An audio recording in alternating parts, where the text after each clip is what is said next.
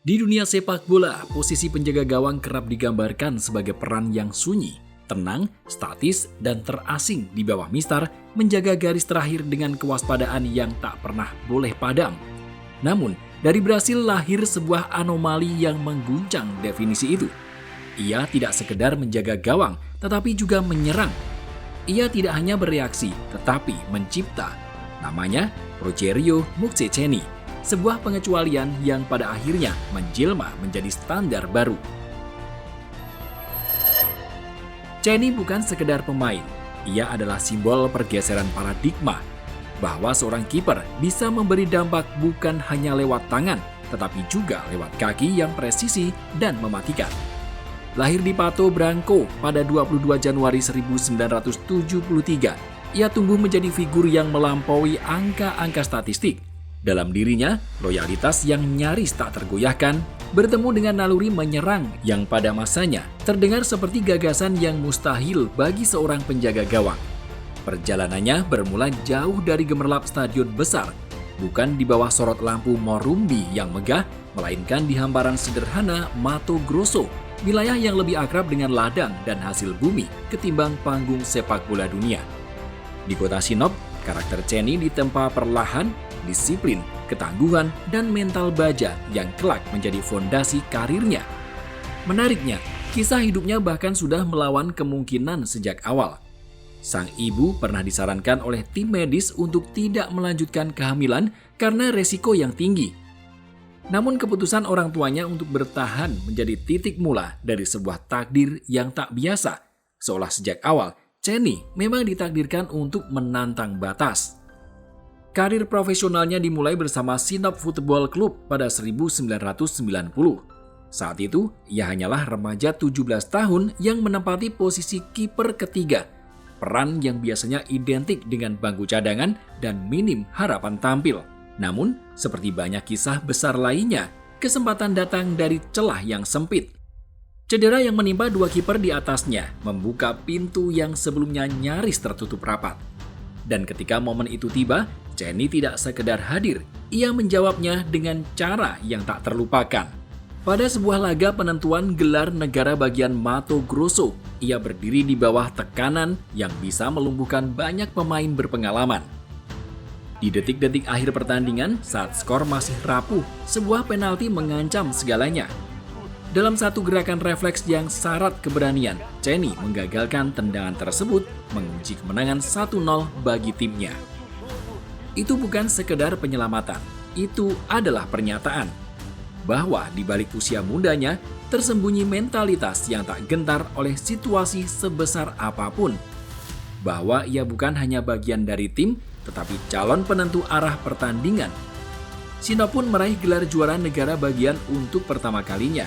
Dan dari sana, nama Rogério Ceni mulai bergaung, menarik perhatian para pemandu bakat, termasuk dari klub besar seperti Sao Paulo FC. Sebuah awal sederhana untuk perjalanan yang kelak akan mengubah cara dunia memandang seorang penjaga gawang. Efektivitas Rogério Ceni sudah berbicara dalam bahasa yang berbeda. Ia mungkin belum dikenal luas, namun cara ia merespon setiap kesempatan menunjukkan kualitas yang melampaui konteks tempatnya bermain. 12 pertandingan resmi bersama Sinop memang terdengar sederhana, hampir sepele jika dibandingkan dengan ratusan laga yang akan datang. Namun justru di sanalah fondasi itu dibangun. Setiap menit di lapangan menjadi ruang pembelajaran, bukan hanya soal teknik menjaga gawang, tetapi tentang bagaimana mengelola tekanan, membaca situasi, dan tetap tenang ketika segalanya berada di ujung ketidakpastian. Jam terbang yang terbatas itu, alih-alih menjadi kekurangan, justru menempas sisi psikologisnya dengan cara yang lebih tajam. Ceni belajar lebih cepat, beradaptasi lebih keras, dan tumbuh lebih matang dibandingkan banyak pemain seusianya. Ia tidak sekedar menunggu kesempatan berikutnya, ia mempersiapkan diri untuk panggung yang lebih besar. Dan ketika akhirnya pintu menuju Sao Paulo terbuka, Ceni tidak datang sebagai talenta mentah yang masih mencari bentuk. Ia melangkah dengan bekal ketenangan yang sudah teruji, seolah masa singkat di Sinop adalah bab prolog yang sengaja ditulis untuk menyiapkannya menghadapi cerita yang jauh lebih megah. Pada September 1990, Rogério Ceni melangkah melewati gerbang Sao Paulo Futebol Club. Sebuah tempat yang kelak bukan hanya menjadi klub, tetapi rumah, panggung, sekaligus saksi dari perjalanan panjangnya selama seperempat abad. Perpindahan ini bukan sekedar soal jarak. Dari Mato Grosso menuju hiruk-pikuk kota Sao Paulo, ini adalah lompatan besar dari dunia yang sederhana menuju kompetisi dengan standar yang jauh lebih tinggi. Di sana, tak ada karpet merah yang menyambutnya. Ceni memulai dari bawah, dari tim muda, dari rutinitas yang sunyi, dari kehidupan yang nyaris asketis di dalam kompleks Stadion Morumbi. Selama 4 tahun pertama, ia tinggal di asrama sederhana yang tersembunyi di bawah tribun penonton. Di tempat itulah ia hidup, berlatih, beristirahat, dan memupuk mimpi.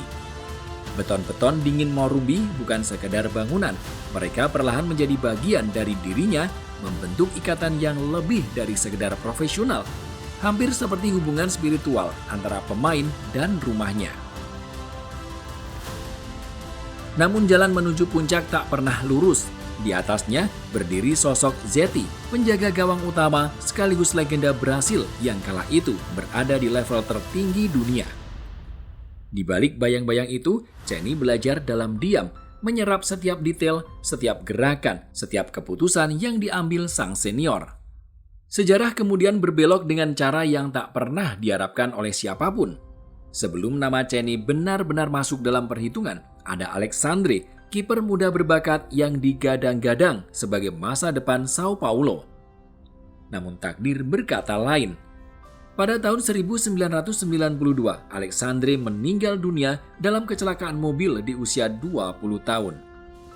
Sebuah tragedi yang meninggalkan duka mendalam sekaligus mengubah peta persaingan di bawah mistar. Dalam sunyi yang ditinggalkan, Ceni perlahan naik satu tingkat. Dari pilihan ketiga, ia menjadi pelapis utama. Ia sendiri tak pernah melupakan Alexandre, sering menyebutnya sebagai talenta luar biasa, bahkan mengakui bahwa tanpa peristiwa itu mungkin jalannya akan berbeda.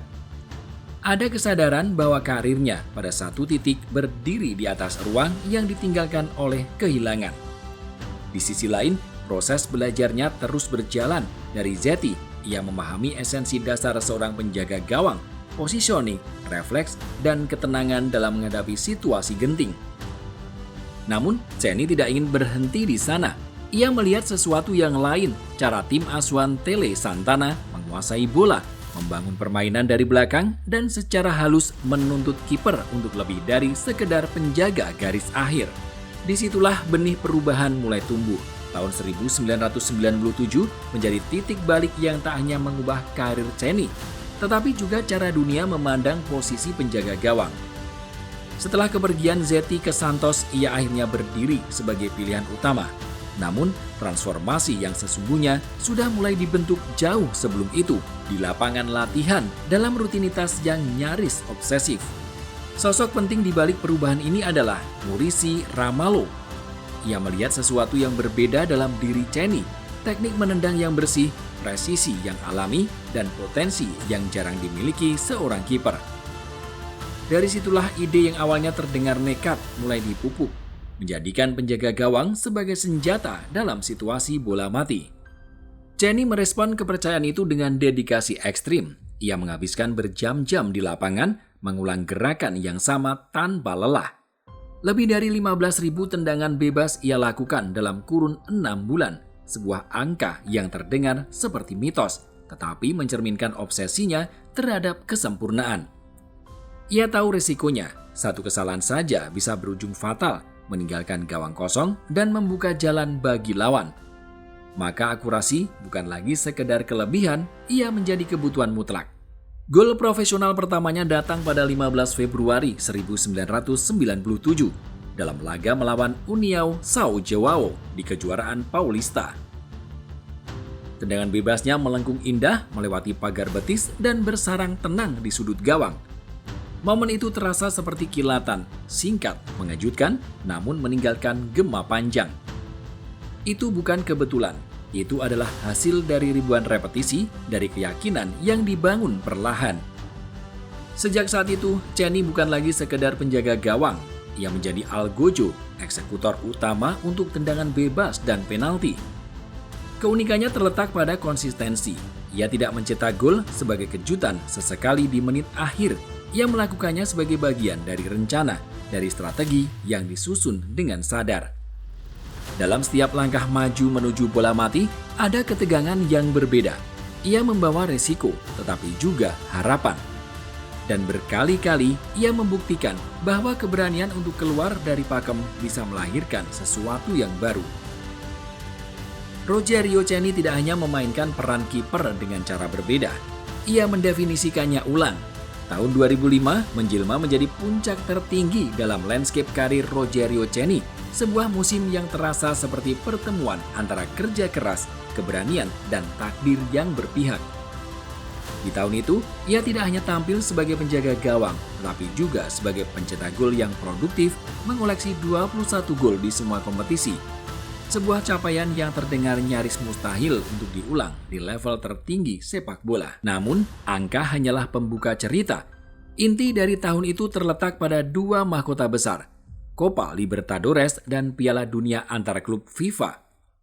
Di ajang Libertadores, Ceni mencetak 5 gol, jumlah yang menyamai para penyerang utama. Ia bukan sekedar pelengkap, ia adalah bagian dari mesin serangan itu sendiri. Lalu, cerita itu mencapai klimaksnya di Yokohama, Jepang. Final Piala Dunia antar klub mempertemukan Sao Paulo dengan Liverpool, raksasa Eropa yang datang dengan aura tak tersentuh. 11 pertandingan tanpa kebobolan. Di atas kertas, mereka adalah favorit, namun sepak bola, seperti yang sering terjadi, menyimpan ruang bagi kejutan. Gol Mineiro di menit ke-27, hasil dari umpan cerdas Aloisio, memberi Sao Paulo keunggulan tipis. Setelah itu pertandingan berubah arah. Liverpool menyerang tanpa henti, menggempur dari segala sisi, mencoba merobek pertahanan Brasil yang mulai tertekan. Dan di tengah badai itu, berdirilah Ceni. Ia menepis peluang demi peluang dari Steven Gerrard, Luis Garcia, hingga Fernando Morientes, seolah setiap serangan adalah ujian yang harus ia jawab dengan sempurna. Jika selama ini ia dikenal karena gol-golnya, maka malam itu ia mengingatkan dunia akan identitas aslinya, seorang penjaga gawang kelas dunia. Ketika peluit akhir berbunyi, skor 1-0 tetap bertahan. Sao Paulo menjadi juara dunia dan Ceni dengan segala perannya dinobatkan sebagai Man of the Match sekaligus peraih Golden Ball turnamen. Ia bukan hanya pelindung gawang, tetapi juga simbol keseimbangan, pedang dan perisai dalam satu tubuh. Di tengah gemerlap prestasinya di level klub, kisah Rogerio Ceni bersama tim nasional Brasil justru berjalan dalam nada yang lebih sunyi. Selama 9 tahun ia hanya mengoleksi 17 penampilan, angka yang terasa kontras dengan reputasinya sebagai salah satu kiper paling unik dan berpengaruh di dunia. Namun ini bukan soal kemampuan yang kurang, ini adalah tentang konteks, tentang generasi emas yang membuat persaingan di bawah Mistar menjadi hampir mustahil ditembus. Brasil saat itu memiliki nama-nama besar seperti Claudio Taffarel, Marcos, dan Dida, kiper dengan karakter yang lebih konvensional, lebih sesuai dengan preferensi pelatih tim nasional. Dalam skema yang dibangun oleh Luis Felipe Solari maupun Carlos Alberto Pereira, kestabilan dan keamanan menjadi prioritas utama. Di tengah filosofi itu, gaya bermain Ceni terasa seperti pedang bermata dua. Kebanyakan keluar dari gawang, keaktifannya dalam distribusi bola, dan kecenderungannya mengambil resiko. Semua itu adalah kekuatan di level klub. Tetapi dianggap terlalu berbahaya untuk tim nasional yang sudah dipengaruhi talenta ofensif. Meski demikian, kehadirannya tetap memiliki nilai yang tak kasat mata. Ia menjadi bagian dari skuad juara Piala Dunia FIFA 2002 dan juga Piala Konfederasi FIFA 1997. Meski lebih sering dari bangku cadangan, di ruang ganti, ia adalah sosok pemimpin, penjaga keseimbangan, dan sumber pengalaman. Salah satu momen yang paling dikenang datang pada Piala Dunia FIFA 2006 saat ia masuk sebagai pemain pengganti dalam laga melawan Jepang. Bukan sekedar keputusan taktis, tetapi juga gestur penghormatan, sebuah pengakuan diam-diam atas dedikasi panjangnya untuk sepak bola Brasil. Karena pada akhirnya, tidak semua legenda ditulis dengan jumlah penampilan. Beberapa di antaranya, seperti Ceni, dikenang karena cara mereka mengubah cara kita memahami permainan itu sendiri. Di tengah arus sepak bola modern yang kian cepat dan transaksional, ketika kesetiaan kerap kalah oleh angka-angka kontrak, Rogerio Ceni berdiri sebagai anomali yang nyaris puitis. Ia tidak sekedar bertahan, ia memilih untuk tinggal, berakar, dan tumbuh bersama satu nama, Sao Paulo Football Club. Selama 25 tahun, tawaran dari Eropa datang silih berganti, membawa janji gemerlap dan panggung yang lebih luas. Namun bagi Ceni, kebesaran tidak selalu berarti berpindah. Ia justru menemukan maknanya dalam ketekunan yang diam, dalam keputusan untuk terus mengenakan warna yang sama musim demi musim. Loyalitasnya bukan sekedar romantisme, melainkan proyek jangka panjang membangun warisan. Ia menjelma menjadi pemain dengan jumlah penampilan terbanyak untuk satu klub profesional di Brasil, melampaui bahkan nama sebesar Pelé. Di mata supporter, ia bukan lagi sekedar pemain, ia adalah perpanjangan jiwa mereka di atas lapangan. Julukan Mito yang melekat padanya lahir bukan hanya dari gol-gol yang ia cetak, tetapi dari integritas yang ia jaga. Sebagai kapten, ia hadir di dua sisi cerita, memimpin saat klub berjaya dan berdiri paling depan saat badai datang. Dalam setiap fase, ia adalah titik tetap, sosok yang memberi stabilitas ketika segalanya berubah. Jika loyalitas adalah fondasi, maka rekor adalah monumen yang ia bangun di atasnya. Dengan total 131 gol resmi, Ceni menempatkan dirinya di wilayah yang nyaris tak tersentuh. Ia melampaui Jose Luis Chilavert, nama besar lain di dunia kiper pencetak gol yang berhenti di angka 67. Catatan ini diakui oleh International Federation of Football History and Statistics dan Guinness World Record mengukuhkannya sebagai penjaga gawang paling produktif sepanjang sejarah. Namun yang membuatnya istimewa bukan sekedar jumlah, melainkan cara. Sebagian besar golnya lahir dari tendangan bebas dan penalti, dua momen yang menuntut ketenangan, presisi, dan keberanian. Ia bahkan mencetak gol dari permainan terbuka pada 2006 melawan Cruzeiro, sebuah momen langka yang semakin menegaskan betapa uniknya peran yang ia jalani.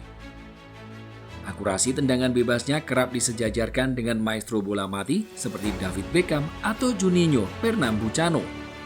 Di balik itu semua, ada pemahaman yang nyaris ilmiah tentang bagaimana bola bergerak di udara. Melalui prinsip Magnus, Ceni mampu menghidupkan bola, memberinya putaran yang cukup untuk melengkung, menipu kiper lawan, lalu jatuh tajam ke arah yang tak terjangkau. Apa yang tampak seperti seni sesungguhnya adalah perpaduan antara fisika, latihan tanpa henti, dan insting yang diasah bertahun-tahun. Setiap kisah besar, seindah apapun, pada akhirnya akan sampai di garis akhir. Pada 2015, di usia 42 tahun, Rogerio Ceni memilih menutup bab panjang karirnya. Tubuhnya mungkin mulai dibatasi oleh waktu dan cedera, tetapi pengaruhnya tak pernah benar-benar pudar. Ironisnya, pada laga terakhir yang dijadwalkan, ia tidak bisa turun ke lapangan.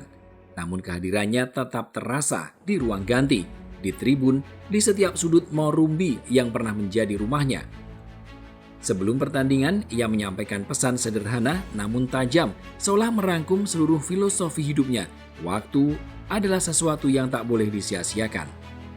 Perpisahan resminya menjadi momen emosional yang layak untuk seorang legenda. Lebih dari 45.000 supporter memenuhi stadion menyaksikan dua generasi juara dunia Sao Paulo bertemu dalam satu panggung penghormatan. Ketika Ceni akhirnya melepas sarung tangan dan melangkah keluar untuk terakhir kalinya, ia tidak hanya meninggalkan lapangan, ia meninggalkan jejak.